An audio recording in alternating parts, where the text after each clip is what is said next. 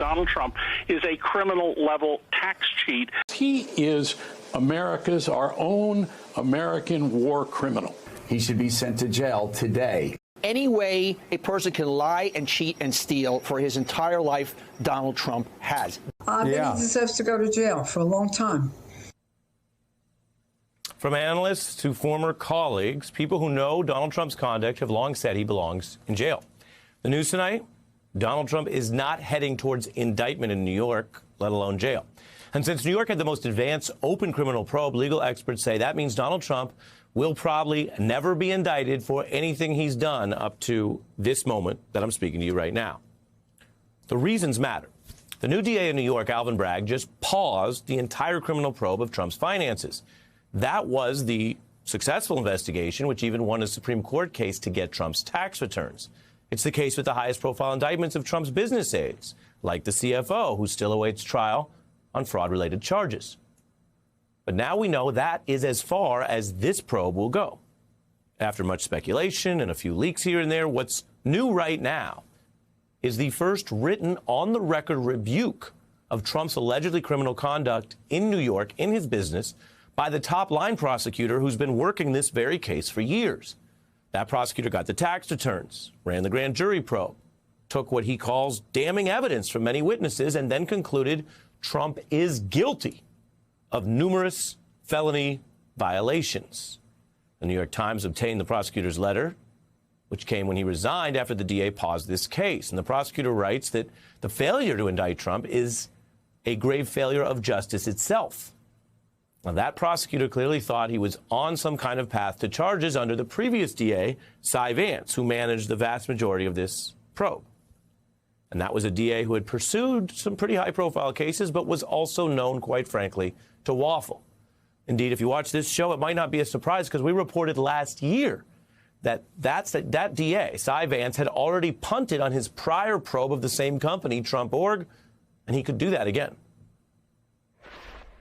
He was criticized for following the path of many other prosecutors after the 2008 financial crash, treating most banks' activities as something more akin to bad judgment than crime. And there are basically three doors here for how this probe ends according to precedent. It could still end like the DA's last Trump Org case, after much attention and drama, close, without any charges. Now, Vance kept the probe going, but he left office without charging or clearing former President Trump. It was the biggest case in his office. So Vance basically punted on the most significant charging decision in the history of the American presidency. Now, that was not only a dodge, it also forced this very tough call on his new replacement, who would have less experience on the job or familiarity with the long-running probe. And someone we've spoken to on this program, you may recall, Alvin Bragg. Now, we follow the facts, we follow the people in power, and so I asked Alvin Bragg about this very case more than once. Within weeks of taking office, he even said he was following those facts to make a final decision about whether to indict Trump. I led the team that held Trump and his children accountable for their misconduct with the Trump Foundation. So I go where the facts go. But does that mean the door is open to the potential indictment? Well, we are. I mean, obviously, as you know, it's open investigation, and we're going to go where the facts take us. I'm now obviously a new person looking at those facts as the final decision maker, and we're in the process of doing that. They said they were in the process of doing that 2 months ago, and now we know they really were. But Bragg gave such a definitive no within weeks on the job that you have this prosecutor resigning in protest over the call. So think about where this leaves us. One DA scores a series of victories from the Supreme Court to indictments, only to punt on the big final call to point to the whole thing if you go to the top of the crime conspiracy as alleged or not.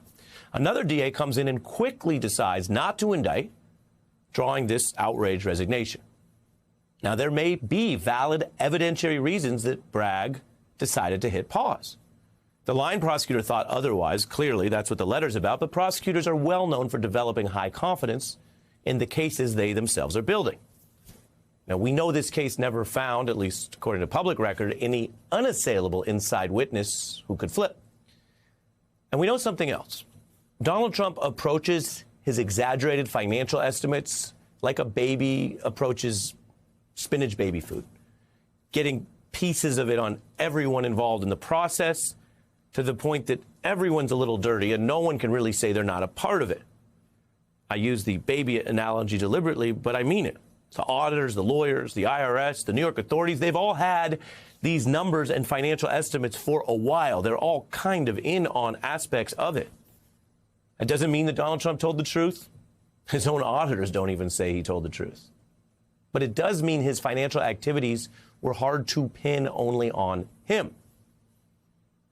And none of this means there were never any legal consequences at all. The people jailed or indicted for their work for Trump include this same company's lawyer, its CFO, its longtime former lobbyist, who's gotten in trouble for more than one thing. But at the end of the day, the evidence shows Donald Trump did exploit the American legal system much as he exploited its political system. You don't always need more votes to win, it turns out. You can get away with a lot more if you're rich and powerful, as many people knew.